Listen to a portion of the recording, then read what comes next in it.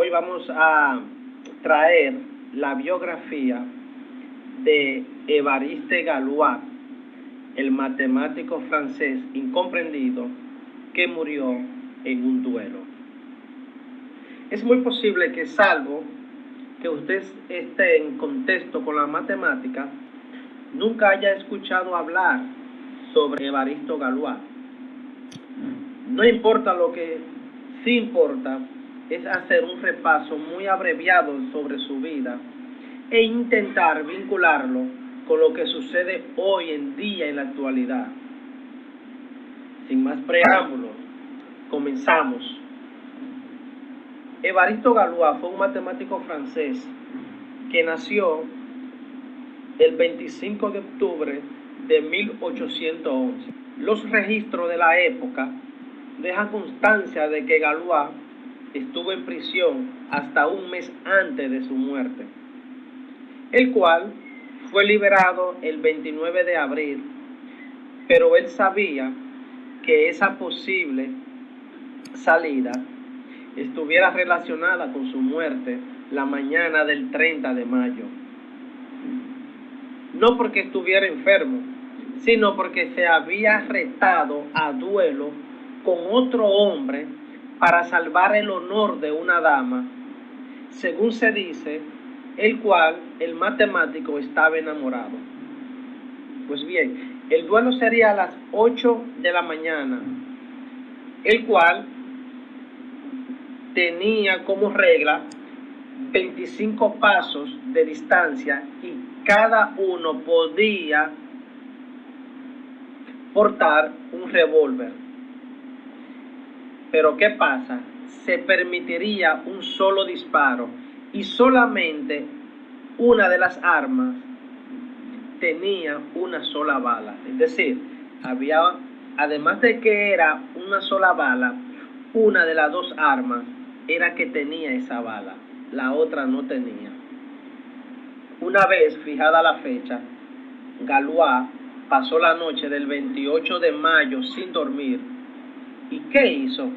Se dedicó a escribir febrilmente sobre matemática. Todo lo que este matemático tenía en su cabeza, todo lo que no había podido publicar, todo lo que no había podido escribir, quería dejarlo como testimonio. Allí describió en detalle las potenciales ramificaciones de su teoría. Más allá de las verdaderas razones que llevaron a Galois a debatirse a duelo, me interesa dejar constancia de algunos datos que no admiten controversia. ¿Cómo cuáles? Galois estuvo durante toda su vida muy interesado en la política. Fue un republicano, desafió constantemente el establishment de la época y estaba tan embebido e interesado en lo que sucedía, descubriendo quienes lo examinaban, no entendían lo que él les mostraba. Pero algo más, Galois recibió el impacto de su oponente, es decir, cuando él fue al duelo, en el abdomen, y él no murió instantáneamente, sino que lo dejaron tirado en el piso. El duelo, como quedó dicho, se desarrolló la mañana del 30 de mayo del año 1832. Y cuando finalmente lo llevaron a un hospital, Évariste Galois murió el 31 de mayo. ¿Qué edad tenía? No había cumplido todavía los 21 años. Las autoridades notificaron a una sola persona de su familia. ¿A quién? A su hermano, llamado Alfredo Galois. Cuando Alfredo llegó al hospital, Évariste Galois le dijo: no llores, hermano mío, necesito todo mi coraje para morir a los 20 años. En 1846, después de una revisión exhaustiva de todo lo que había escrito ese día antes de su fallecimiento, su trabajo fue publicado en la revista de matemática más importante de la época, llamada Revista de Matemática Pura y Aplicada.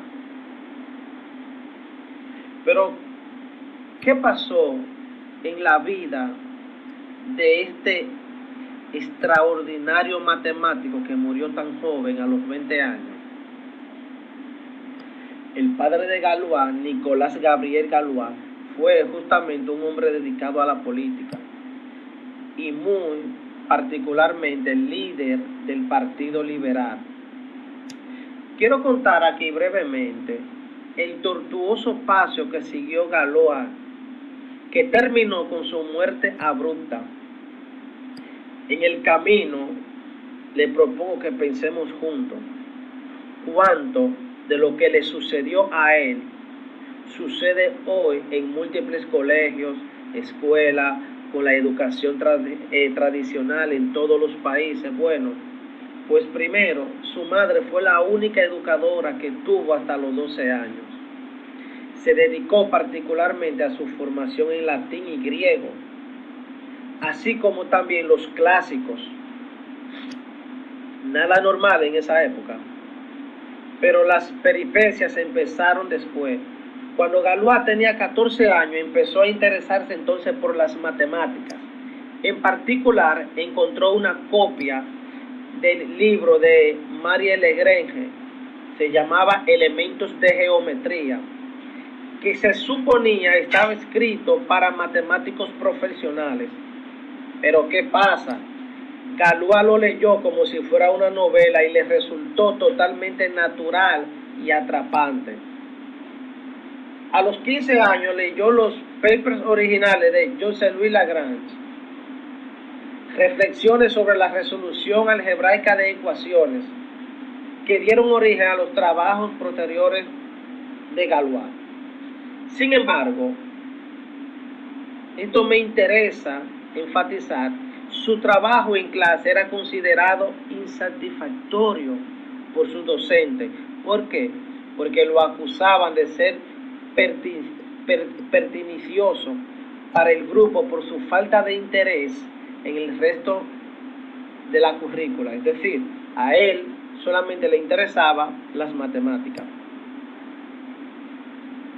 El problema para Galois era que quienes lo examinaban estaban por debajo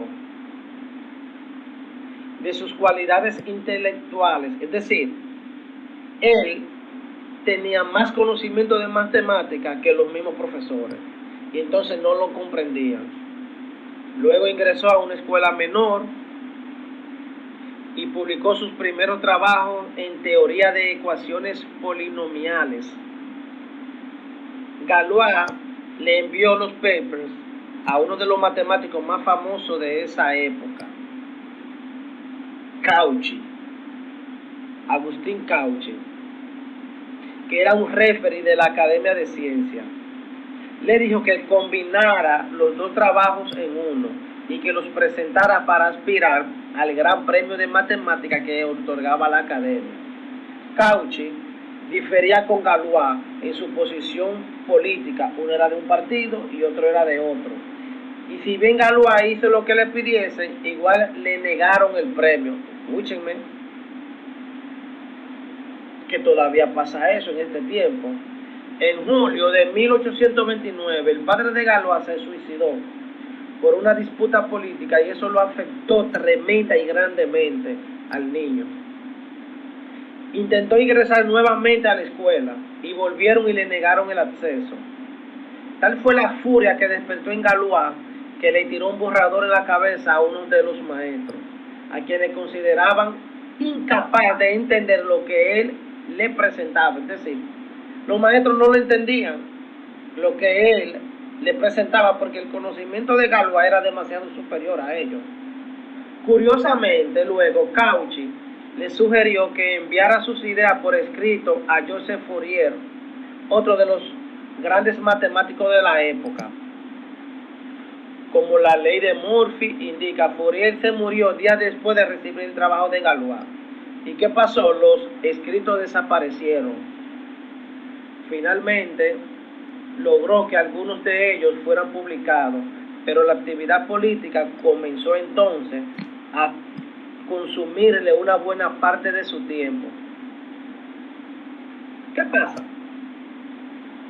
El 14 de julio de 1831, justo el día en que se conmemora la toma de la Bastilla, Galois entraba al frente de la protesta. Óyeme, fuertemente armado y chamaquito, con varias pistolas, un rifle cargado y una daga. Lo detuvieron y lo metieron preso.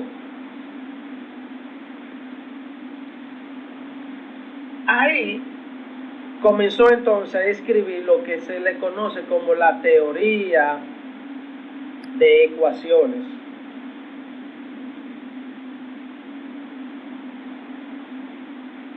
Y se lo envió a un matemático llamado Poisson, que consideró que lo que había escrito Galois era incomprensible y escribió: sus argumentos no son lo suficientemente claros y no están suficientemente desarrollados para que podamos juzgarlo con rigor. Wow, Dios mío. ¿Cuántas veces hacemos nosotros eso con estudiantes que no están interesados en otra cosa que no sea realmente lo que les interesa a ellos? ¿Cuántas veces no prestamos atención a alguien que piensa distinto a nosotros? ¿Cuántas veces hay estudiantes que tienen una profundidad que supera la de nosotros los maestros? Esta historia de Galois nos invita a nosotros a reflexionar. ¿Cuánto respeto le tenemos a aquellos que tienen sus talentos y habilidades depositados en lugares que no son inaccesibles? No importa lo que yo piense, importa lo que piensas tú.